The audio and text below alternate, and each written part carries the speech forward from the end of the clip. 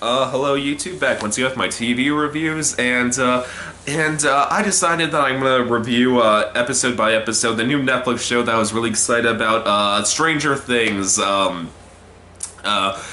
TV critics have been describing as the Goonies meet Twin Peaks, or the television version of Super 8. So I was really excited for this show going off the premise, and yeah, so let's talk about episode 1.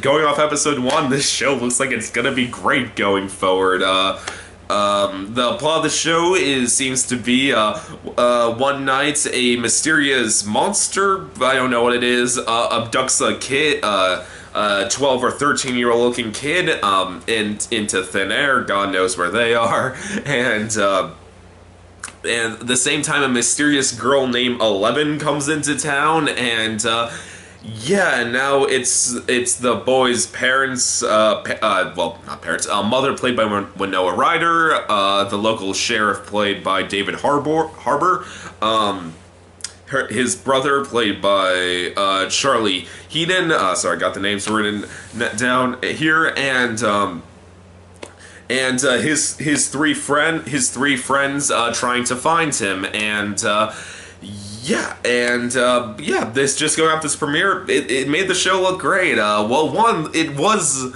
this show was legitimately creepy. Like, I always like good horror television, but the problem is there's so little out there. Like, when we really think about it, there's Hannibal, there's The Returned, the French version, there's Twin Peaks, and I can't really think of anything else, other scary TV shows, because the big one's American Horror Story, but that show's not scary. It's just disgusting and weird. It's not the least bit scary, but no, this show, the scenes that were meant to be scary were actually really creepy in this show. The opening chase scene with a scientist who seems to be running away from the monster, the boy who gets abducted when he was trying to escape the monster, that was really well done.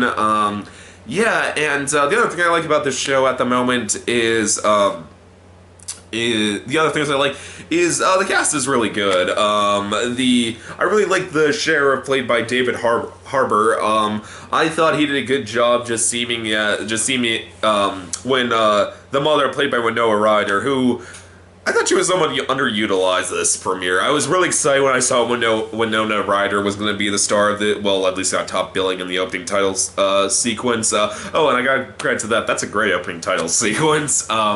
But I thought she was going to be more major. She kind of is just a frantic, like, crying mother, which, to be fair, her kid's abducted. I'm sure that's how parents would act in that situation. But I hope she gets more to do going on in the show, but I thought she was somewhat underused. But I really did like David Harbour, who I liked his performance, just like when he was just kind of like dismissing Winona Ryder's pleas. It's not, you can tell it's not because he's like a jackass sheriff. You can just tell, like, he's just things like, I live in a small town, like, there's nothing like intense or life-threatening happens here. Like, this is like, I live in a small town, like, nothing like crazy happens here. Like, if someone did disappear into thin air, like, probably at best chances, like, if someone went to the Crown police, my town's police, they would just be like, yeah, whatever. They would just be like, yeah, whatever. I guess I highly doubt your son's been abducted by anything like that, but yeah, and so there's that. So I did like that. I like the fact that even though he kind of was dismissive, you could tell it's not because he's a jackass. He just had reasons to think there's no way something like really bad is going on here. But I do like the fact when it does start to seem like something's up, he does like actually try. He does actually like get a search team together. Like he is actually trying his hardest to find the kid. I thought that was really good. The other things I really like the three kids, the kid who gets abducted, friends. The dialogue between those three is great. Well, a huge problem with films and TVs and movies when it comes to writing kids, adolescents, teenagers, whatnot, is because since they're not allowed to swear, it can make the dialogue come off as really awkward. Like when you're just saying, like, kids wouldn't say that. They would like say like shit in that situation. Guess what these kids gonna do in this show? They curse all the time, and that is amazing. I love the fact these kids are cursing because the dialogue and the friendship between them just feels so genuine, genuine because of it, and it's just great going off of that.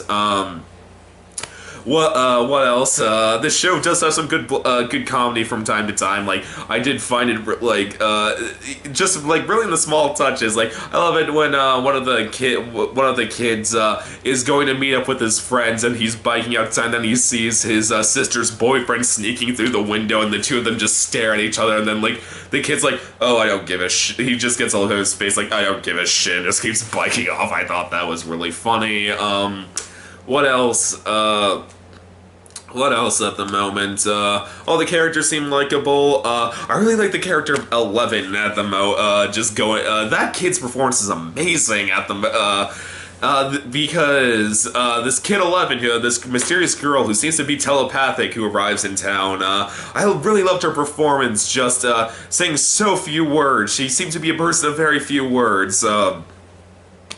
Because what it is she arrives in town and she goes into a diner and the owner of the diner like tries to get information with her, gives her a meal, and just like he thinks like she's been abused. My guess is there's something way more to it because later in the episode,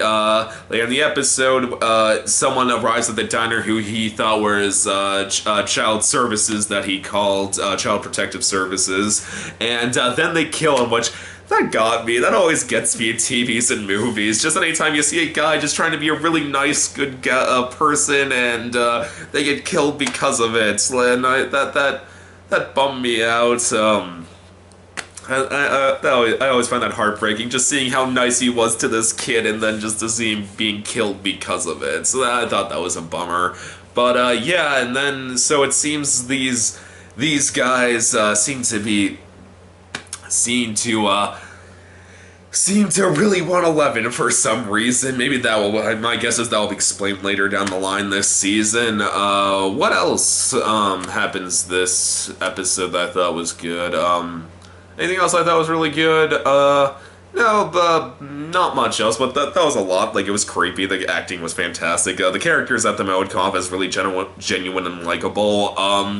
My only real complaint this episode, one of the characters, one of the kid's older sister, I thought all the stuff with her was really hokey. Like, her acting was kind of hokey. Everyone around her seemed kind of hokey, like, their performances, and I was like,